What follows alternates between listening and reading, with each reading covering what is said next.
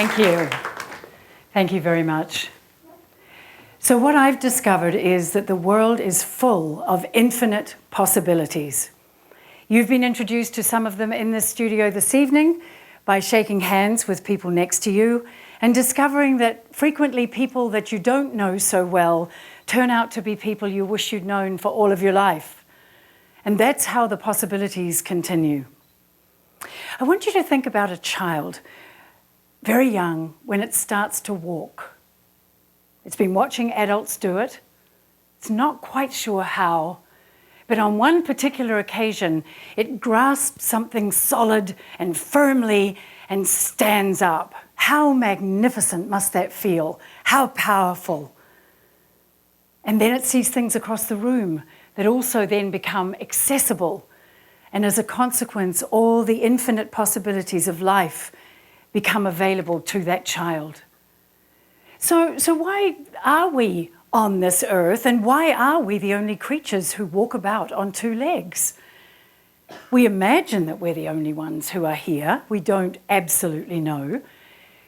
But we're here and we discovered things like the need for fire, the need for water, the need for security, for shelter, for warmth.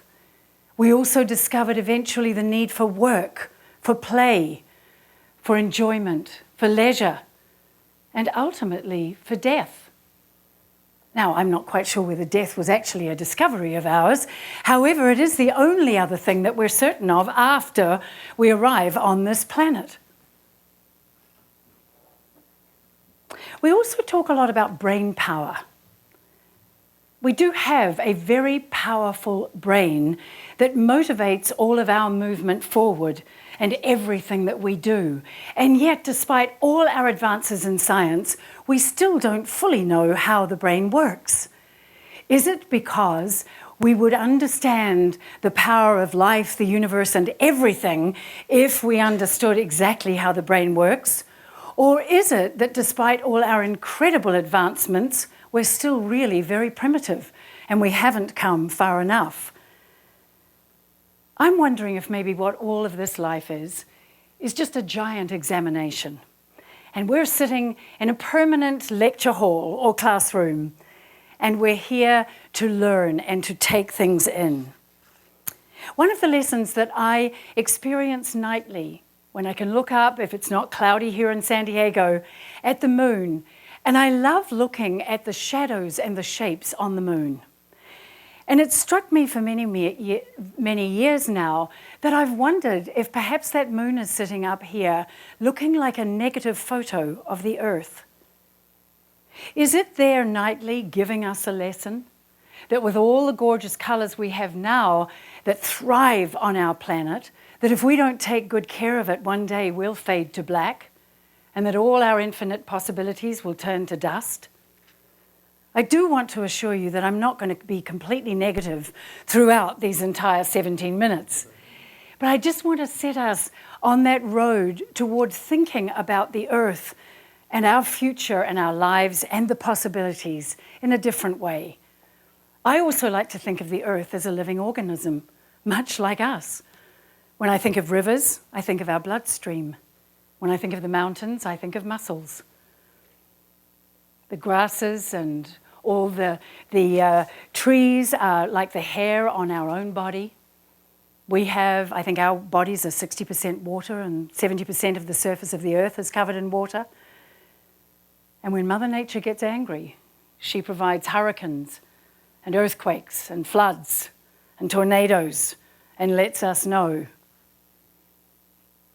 When we're born, there's a lot of people rooting for us and wanting us to succeed and discover a world of endless possibilities. And yet each one of us has come here stamped with our own DNA that will predict our path and the purpose of our lives here.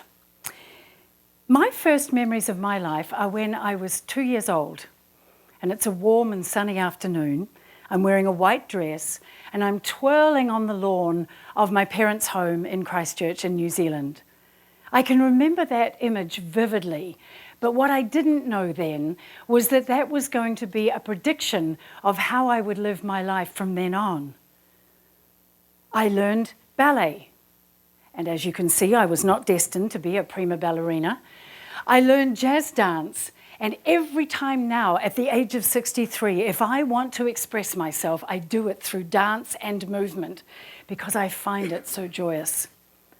So my question to you is, what did you do when you were 2 that you've stopped doing? What did you do at 2 or maybe a little bit older that might be the first indicator of what you should be doing for the rest of your life? And what have you thrown away from some of those childish notions because you think they are childish and therefore you shouldn't use them anymore?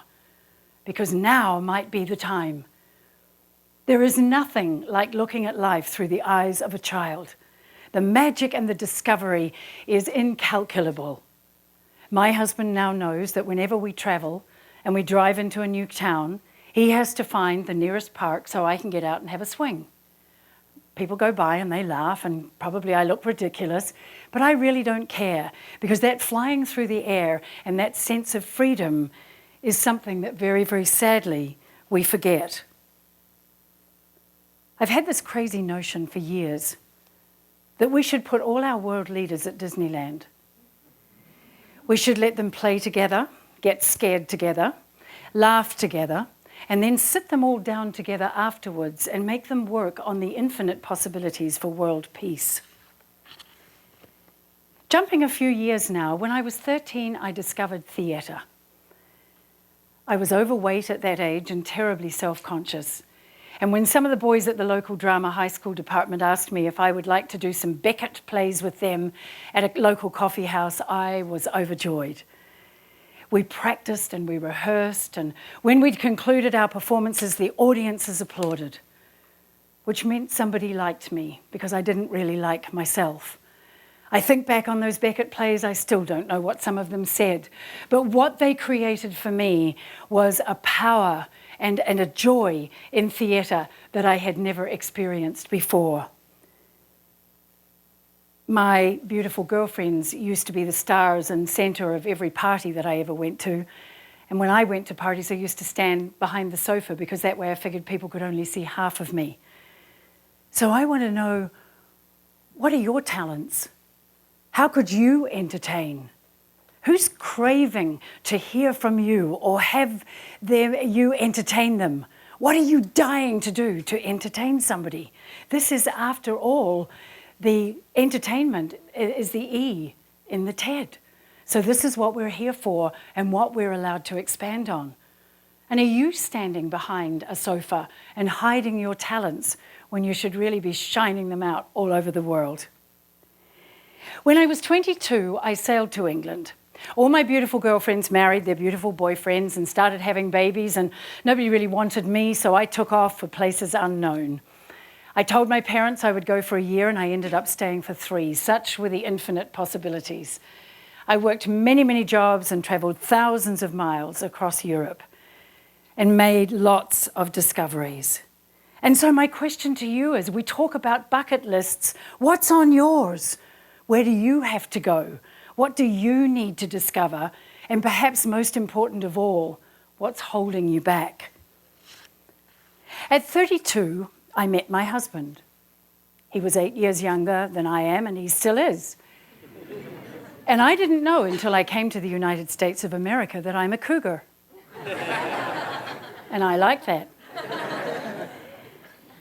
He went to work on the very first day we arrived. I couldn't because I didn't have a work permit. So I volunteered, and I started to discover the endless possibilities in our city of San Diego. While I was volunteering at the Old Globe Theatre, I got a permanent job as a secretary at the newspaper. And while I was at that newspaper for 5 years, my colleagues encouraged me to take advantage of every possibility available to me. So I wrote columns for the paper. I started writing community commentaries for KPBS radio. And I ended up interviewing international stars on KPBS TV right here in this very studio. All of this happened to a girl from New Zealand who at that stage didn't even have a degree. So the possibilities are endless. So what are your talents that you could be sharing and you're holding back on them? Who's waiting for your talents? and the endless possibilities that you can show them? And how could you perhaps volunteer and go right outside your comfort zone and try something new? At 40, I started a communications business. Strangely enough, it's called Prisk Communication. And it actually has going with it a Prisk method. Now, one young man who happens to actually be in the audience here said to me, "Are you going to teach everybody the Prisk method?" And at first I said, "Oh, absolutely not. They won't want to hear it." But I've since decided that I think you might. And it's too bad anyway, because I'm going to tell you. Using the 5 letters in my name, Prisk, if you want to get over your fears of public speaking and discover the endless possibilities that it contains, then you put your audience first. You are the most important people in my life right now. For the R, you remember that when you're speaking, you're an authority, therefore you're allowed to say and do pretty much anything you like. The I stands for inhaling all your confidence and exhaling all your anxiety. The S is for sharing your passion, your energy, your engagement, your excitement. And the K is for keeping in the moment. We rush through our moments because of all our technology and our Facebooking and our tweeting and everything else that we do. And yet when we can treasure a single moment and savor it and remember it, then we also discover that perhaps it too is full of infinite possibilities. I've discovered through teaching and instructing and sharing communication that people with open minds can create open dialogue, and that can cross borders, and it can blow away any of the politics and the fears that we might have. And as a very wise woman once said to me wisely, "My brain does not know that I'm Hispanic." At 42, I tried to take my life. Gone were the Pollyanna days. I had a major hysterectomy, suffered depression, and realized that the infinite possibility of being able to have a child naturally had just been taken from me. It was a pretty black period. And at the same time, my father died, and all of his, the messages of his molestation of me came to the surface. So perhaps what the poet William Wordsworth may have written was that the world was all too much. However, with the help of my husband, a great doctor, and some really good medication, I slowly recovered. I'm not frightened of talking about my depression. There are too many of us in this world who suffer from it or who may suffer from it, and it should not be hidden away in dark corners. When we discover the dread of depression, the great success is finding our way toward the light. And later in this TED conference, you're going to hear from Jeremy Poinsoneau, who's going to talk to you about how he climbed toward the light. So we've got to celebrate what we have and the joys and the health and all the things that work for us. So my question is, what do you forget to celebrate? A bottle of champagne in the fridge to applaud any moment, no matter how small, means that you make it a milestone in your lives. What are you doing that's destructive and it's setting you back, or it's making you depressed or sad? Get rid of that and move forward. And who needs to feel or see the shining of your light on them? When I was 52, I founded a non-profit organization called Voices of Women. And with a wonderful group of friends from San Diego, we now educate, uplift, and empower women locally and globally who are either poverty-stricken or living in a depressed economy. I am constantly amazed at the resilience and the courage of these women.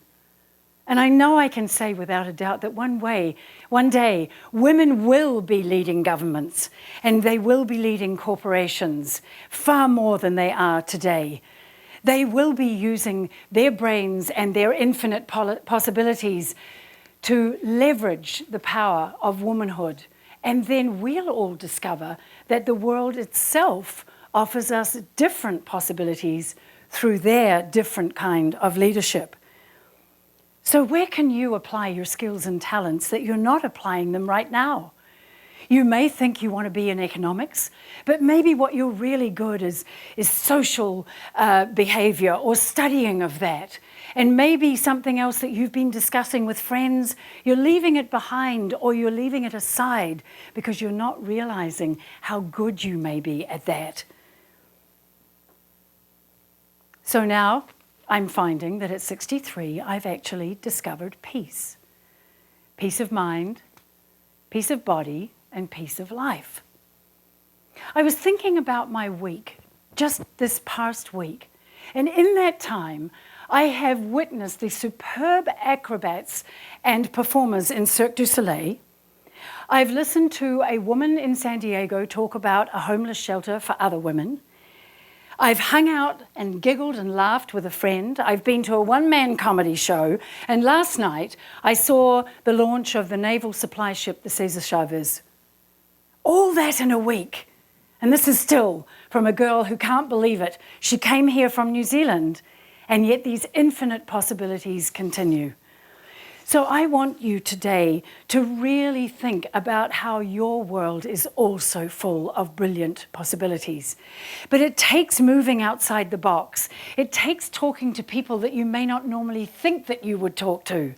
It takes making discoveries that you might be nervous about making. And it also means taking risks beyond those that you take now, risks that will stretch you and help you to understand the power and the brilliance of your own minds. I also realized that I've flown in zero gravity. I've met Jane Goodall. I've been in the same room as the Dalai Lama. I've flown at twice the speed of sound. I've played Kate in The Taming of the Shrew. I've interviewed Patti LuPone right here in this studio. Things I never dreamed could happen. But I'm never going to close the door on the power of infinite possibilities. And one of the most important of these possibilities is that I love and I am loved. And I hope you'll agree with me that that is the greatest possibility of all.